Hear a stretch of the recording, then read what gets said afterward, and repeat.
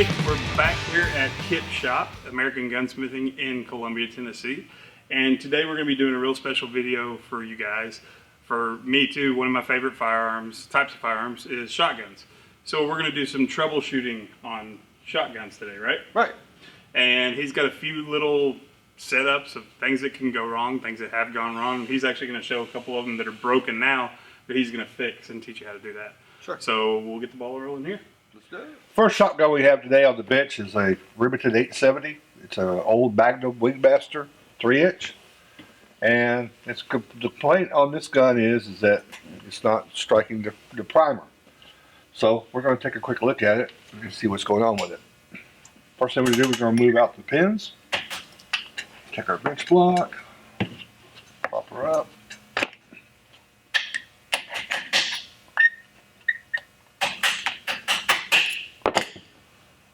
Get our pins out, move our block. We're going to pull the trigger group out.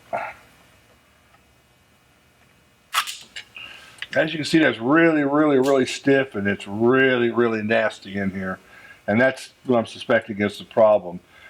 They think that they have a broken firing pin. My guess is the firing pin and the block is going to look just like this right here. So, with that being said, let's take the gun the rest of the way down.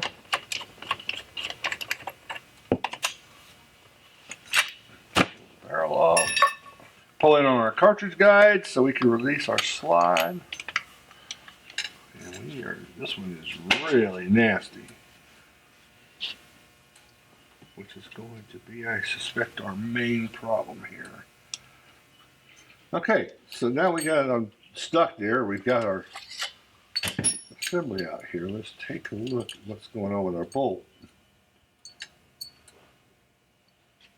Okay, and as you can see, it is really caked up, old, filth. You can see the old dirt that's on here. This is what the problem is going to be. And if we flip it up, we can see down here. We can see right in here. This is our firing pin and our spring. And as I suspected, it's not broke.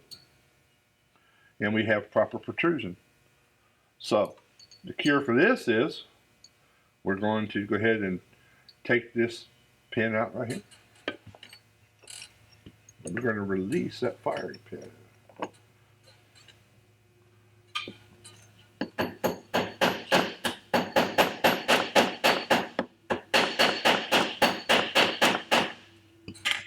And probably hasn't been out a while. It's got a lot of buildup in there, so I'm going to put some carbon destroyer in here. We're going to let that sit for a minute or two.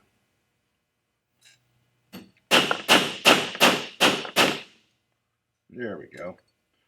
And works like a charm. Good old carbon destroyer. So we take our retaining pin out, and as you can see, we can take our firing pin out, we can take our spring out, and we can put our locking block out. If you look here real close, you can see the buildup. See all this sludge? It's like buildup. This is old dirt. It's probably old gunpowder residue. All this is built up and builds up on this locking block. If this locking block does not lock into your barrel right here in this notch, this is your locking system. Okay, when that bolt locks up, if it's not properly aligned, it won't allow the firing pin to work properly. So even though it may slip past, it will give you light strikes and may not even work at all. So that is what I suspect was wrong with this. And when we clean this up, I don't think we'll have any more issue. As you can see, I can just pull it off and quite a bit of difference right there. And the same with the bolt. You can see all up in here where it's just built up and built up bad. This is going to be a common problem you're going to find.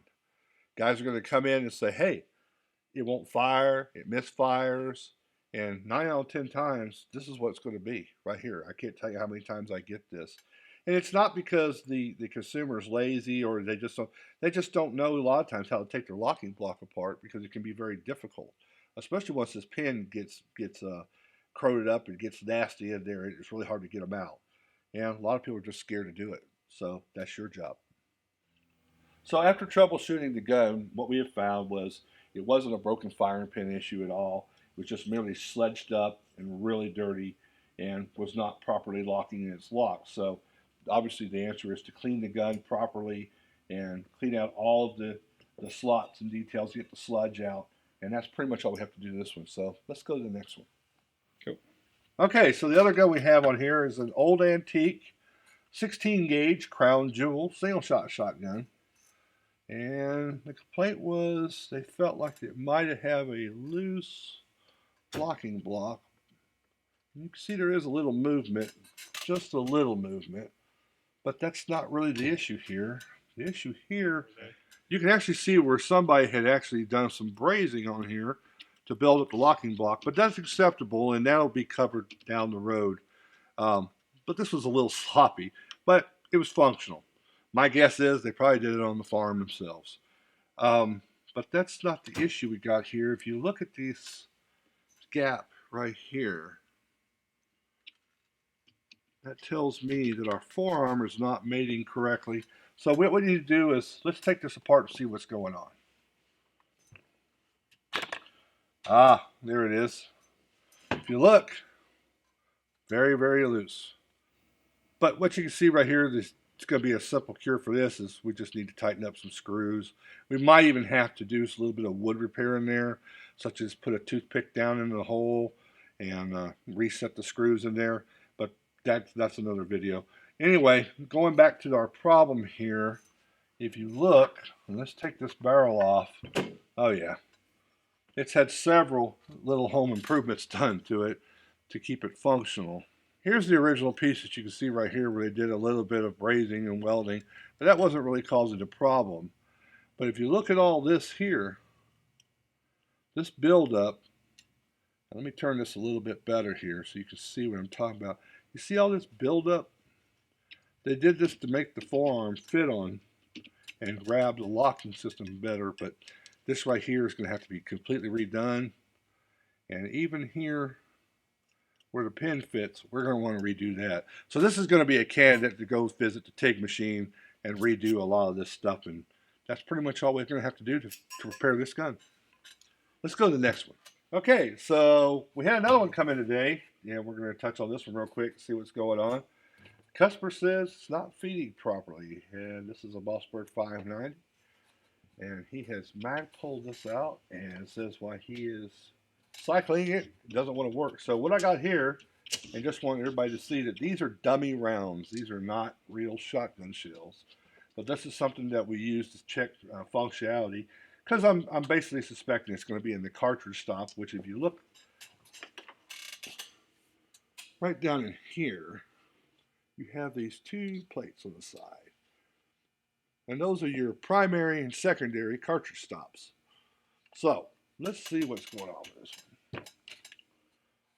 And when we talk about primary and secondary cartridge stops, what we're basically talking about is you have one that holds the shell when you first load the gun. Then as you fire the gun and you go to rack another round in, okay, the primary shuts off and the secondary, as it's feeding another shell into the chamber, the secondary cartridge stop pops out and it holds the cartridges. And this is where he's saying he's having a problem. So we're going to go ahead and rack this, and we're just going to see what's going to happen.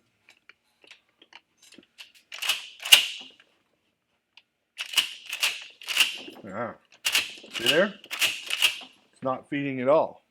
So that tells me right now our lifter's working. See there? And as you can see, the shells are not moving. So you see how that just popped? There. Now that's called a drop feed, and that's commonly a problem that comes up with a cartridge stop, the primary that's not doing its job functionally, and it's just letting them pop out. So what we got to do here is we're going to do this one more time and see. So that tells you right there. See how I can push this out? Yeah. So what we got here is we have a primary cartridge stop that's not functioning properly. Now it could be bent in here where it's just had some action, got hung up, or It's just completely malfunctioning, which means we would replace the cartridge stop. So this is going to be a pretty easy fix. One quick story I want to go over real quick with you guys to show you what you never know you're going to get on your bench. And it's actually pretty funny. I had a customer come in. His gun wasn't functioning properly. He said he cleaned it. He took care of it. It just wasn't working. Okay, that's no problem. We'll take a look at it. So I tear the gun apart, and I'm wondering what's going on. And when I go to tear the gun apart, I notice that, well, there's a spring missing. And keep going, and there's another part missing. So after realizing that these parts were missing, I realized what the issue was with that gun. When he cleaned his gun, he neglected to put parts back into the gun to make it function. So he brings it to us to get it repaired, or he'll bring it to you to get it repaired. And where you think, you're thinking all these scenarios of what could go wrong, it's just something as simple as that. You find those stories. Another quick story on shotguns we had was I had another one came in where the man said the gun would not cycle. It wasn't working right. And this was a very expensive Browning shotgun that was a gas-operated gun. And he says it just won't work. Well, I thought, okay, maybe the gas ports are plugged, or maybe it's just something simple like that. But what it really turned out to be was he bought the gun in 1950-something, and the gun had not been cleaned since 1950, and this was about 5 weeks ago. So you can imagine that when we pulled it apart, it looked like the pond and every other pond that he had been duck hunting in since he had bought the gun. And we literally had to force the trigger systems and stuff to come out, and when we did, we brought half the pond with it. So you're going to find things like that. And of course, we cleaned up the gun, gave it a complete thorough cleaning, and guess what? It worked like a new one again. So you're going to find stuff like that, and then you're going to find serious issues. You're going to find things where on a pump shotgun where the bolt was actually broken.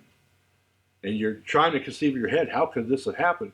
And the bolt was actually broken. Now, what we determined was that it really wasn't a customer issue, and it wasn't a gun issue. What it was the metal that the bolt was made out of, that particular batch, was just weak. And it had just literally had broken in half. So you're going to find weird stuff like that. But that's gunsmithing. Now, this may get a little confusing at first, like we're going a little quick, but what this is leading up to is at SDI, when you're taking your course, we're going to go more in depth on how we troubleshoot, how we know what to look for, and what you're going to be going with. You're going to see a lot more than this in your gunsmithing career. You're going to have issues with locking blocks. You're going to have issues with headspace. You're going to have issues with trigger systems.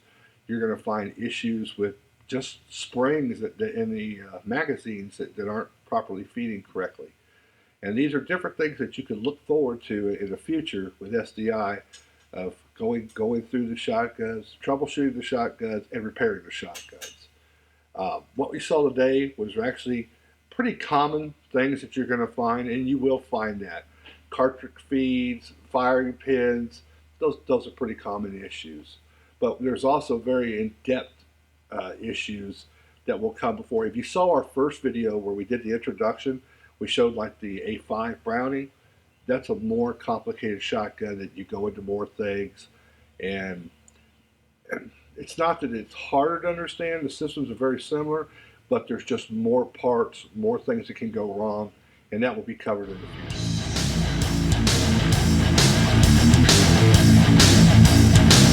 Do you have any like crazy stories? Like somebody brought in this shotgun once, and it took me forever to deal with it, and then it ended up being like a mouse's ass was stuck in the. Actually, we do have some stories like that. We got do a couple of those.